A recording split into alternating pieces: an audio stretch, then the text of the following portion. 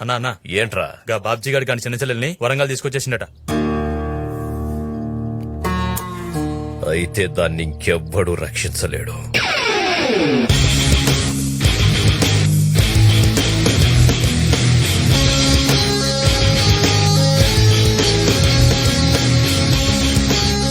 Venky hi, ఎరా ఎలా ఉన్నారు? బానే ఉన్నాం.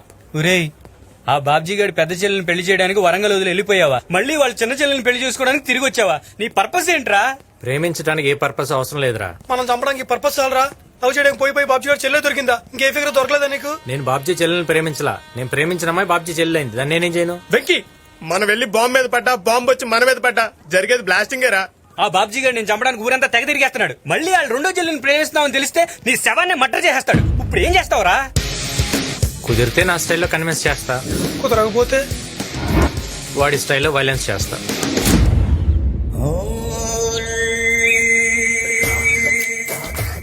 నా గురించి నీకు ఎలా తెలుసు? లక్ష్మీ విలాస్ క్లబ్ లో ప్యాక్ ఆడుతున్నాను నీకు ఎవరు చెప్పారు? నీ కొడుకే.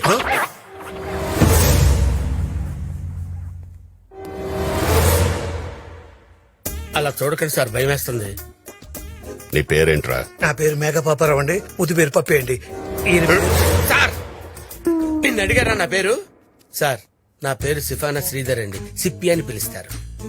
నువ్వేం చేస్తుంటావు? భోజనానంతరం విశ్రమిస్తుంటానండి. విశ్రమానంతరం భోజనం చేస్తుంటానండి. అంటే భోజనం చేసిన తర్వాత రెస్ట్ తీసుకుంటారండి. రెస్ట్ తీసుకున్న తర్వాత భోజనం చేస్తుంటారండి. భోజనమే చేస్తుంటారండి.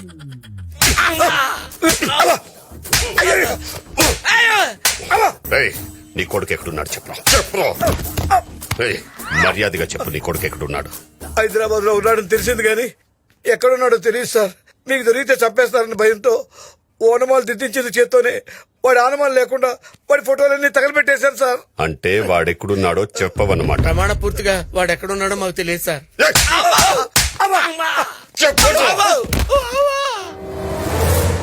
సార్, మమ్మల్ని కొట్టి ప్రయోజనం లేదు సార్. మాకేం తెలుస్తావా సార్? వీడి కొడుకు దొరికేదాకా ఇద్దరు ఇక్కడే ఉండాలి. అన్నా, గా మినిస్టర్ ఇంట్లో ఫంక్షన్ కి టైం అవుతాంది.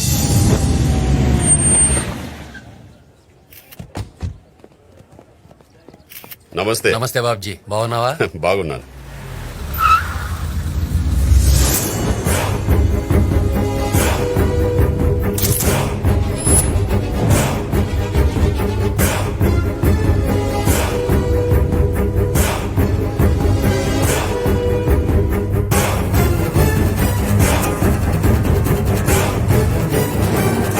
ఒరేయ్, అమ్మాయి చుట్టూ ఇంతమంది ఉండగా మాట్లాడడం కష్టమేమోరా.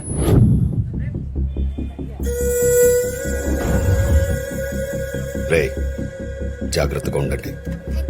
ఎవడన్నా ఎక్స్ట్రాల్ చేస్తే లేపేస్తామన్నా. Smile please. మేడం, మిమ్మల్ని స్మైల్ ప్లీజ్. మేడం, ఒకసారి కెమెరా చూస్తే మీకే స్మైల్ వస్తుంది.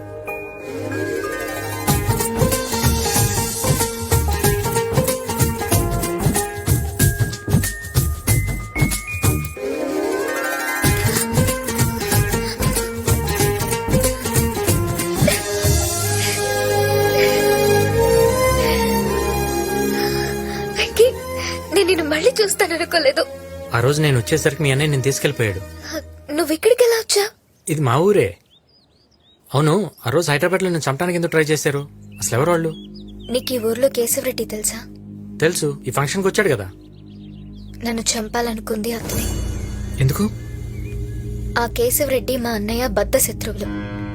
వాళ్ళ ఫ్యామిలీకి మా ఫ్యామిలీకి ఎన్నో ఏళ్లుగా గొడవలు జరుగుతున్నాయి. ఒకరోజు ఊరందరితో కలిసి ఆ కేశవరెడ్డి తన చెల్లెలతో పాటు మా ఇంటికొచ్చాడు.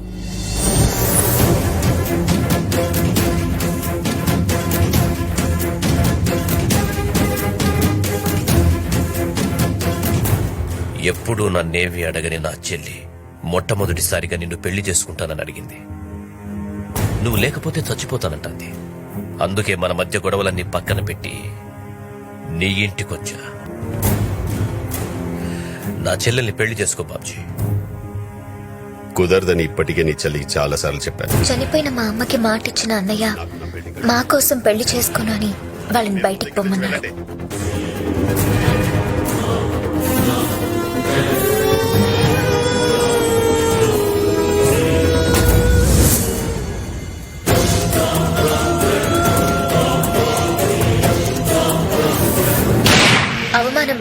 ఆ కేశవరెడ్డి చెల్లి ఆత్మహత్య చేసుకుంది.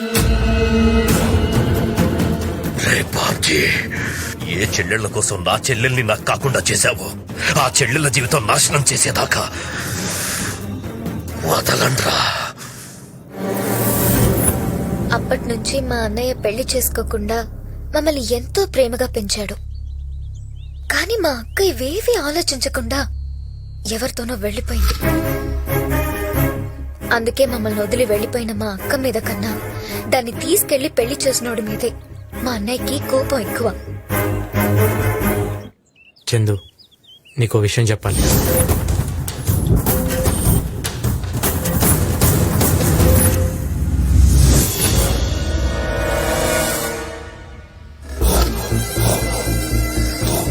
పద పద, ఇక్కడి నుంచి వెళ్ళిపోదాం.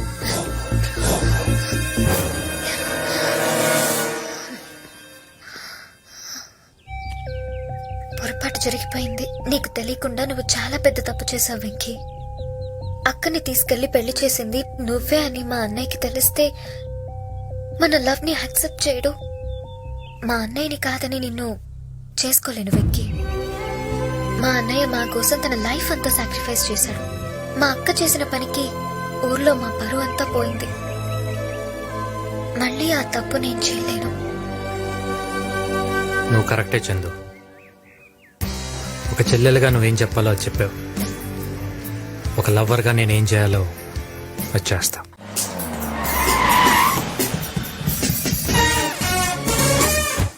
ఒరే సొంట, కారు నైరుతిలో తిరగేసి పెట్టు. రావడానికి వచ్చాను పదా.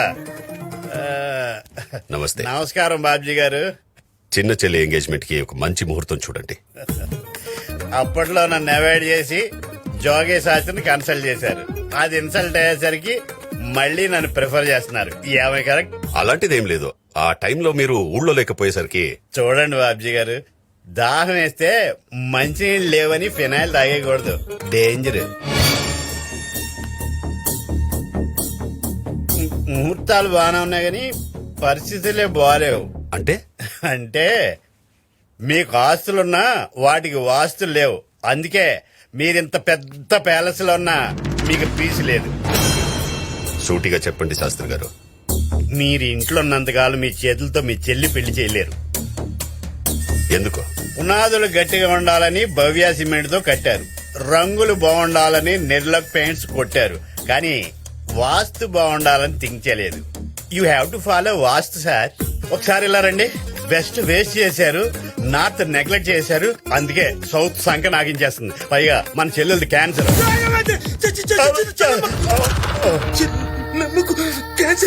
అదే మీ పేరేంటండి? బంటి. ఎలుగు మర్చిపోయినట్టున్నారు. ఎలుగు బంటి గారు, అదే క్యాన్సర్ అంటే రోగం కాదండి, కర్కాటక రాశి. రాశా? ఆ రాశి ప్రకారం చూసుకుంటే మీ చెల్లెలు ఈ పాటికే ప్రేమలో పడి ఉంటుంది. అవును. అది వయసు ప్రాబ్లం కాదు, వాస్తు ప్రాబ్లం. ఇప్పుడేం చేయాలో చెప్పండి. మీరు మంచి వాస్తున్న ఇంట్లోకి షిఫ్ట్ అవ్వాలి. ఆ ఇల్లు ఎలా ఉండాలంటే ఆ ఇంటి ముందు ఈశాన్యంలో బ్లూ కలర్ స్విమ్మింగ్ పూల్ ఉండాలి, పెద్ద పెద్ద డోర్స్ తో ఎంట్రీ ఉండాలి. ఎంటర్ అవగానే right side left side steps ఉండాలి. ఇన్ని చెప్పినోనిగా ఇల్లు ఏంటో నువ్వే చెప్పొచ్చు కదా సార్. మీ బ్యాడ్ కి సగం కారణం వీడే. ఇదిగో బరువు ఎక్కువ ఉంది, ఈ నీశాన్లో తిరగనివ్వకండి. వస్తా. రే, అలాంటి ఇల్లు వరంగల్ ఎక్కడుందో వెతకండ్రా. ఫస్ట్ షాట్ కి రెడ్ పడింది. తేడా వస్తే నాకు బ్లడ్ పడుద్ది. ఏమైంది నాన్న శాస్త్రి గారు? నువ్వు నానో ఇచ్చినప్పుడే నేను నోను అని ఉంటే ఈ టెన్షన్ ఉండేది కాదు. కూల్ నానోజీ, కూల్. నేను కూల్ గానే ఉన్నాను, కానీ ఆ బాబ్జీ గడే క్రూయల్ గా ఉన్నాడు. నీకెందుకు నానోజీ, నేను చూసుకుంటా కదా. ఏం చూసుకుంటావు? నేను చెప్పిన వాస్తులో వాస్తవం లేదని తెలిస్తే ఆ బాబ్జీ గడి కత్తి కనికరం కూడా ఉండదు. అయినా గ్రానైట్ తెచ్చుకుని గాడ్రేజ్ బ్యూరోలోనే ఆ బాబ్జీ గడిని తెచ్చుకుని ఇంట్లోనే పెట్టుకుంటే ఎంత రిస్క్. నానోజీ, గుడి అన్నాక పసుపు, బీచ్ అన్నాక ఇసుక, బాబ్జీ అన్నాక రిస్క్ తప్పదు కదా. ఎలాగైతేనే ఆ బాబ్జీ గారు మా ఓడింట్లో కాలు పెట్టబోతున్నాడు అనమాట. అసలైన ఆట ఇప్పుడు మొదలెడతాం. ఏంటది? ఏంటంటావేంటయ్యా? పెయిన్ కాబట్టి బాడీ అంతా. సరే సరే, మబ్బులు పట్టాక రేణు దెబ్బలు కొట్టాక పేరు తప్పవు చెప్పి. అబ్బా, ఇలాంటి సూక్తులు ఎవడైనా చెప్తాడు. ఒరే నీకు దండం పెడతాను, వాడు వచ్చే టైం అయితే చూస్తున్నారు. నా మాటిని మీ అబ్బాయి ఎక్కడ ఉన్నాడో చెప్పరా. నాకు తెలిస్తే చెప్పనయ్యా. ఆడు నా వంశానికి ఎక్స్టెన్షన్ అవుతాడు అనుకున్నా కానీ టెన్షన్ అవుతాడు అనుకోలేదు. అందుకే వాడి ఫోటోలన్నీ తగలబెట్టేశారు. ఆనవాడు కూడా లేవు. అయితే నాదొక ఐడియా. ఏంటది? నా దగ్గర మా నాన్న చిన్నప్పుడు ఫోటో ఉంది, ఎత్తుకో.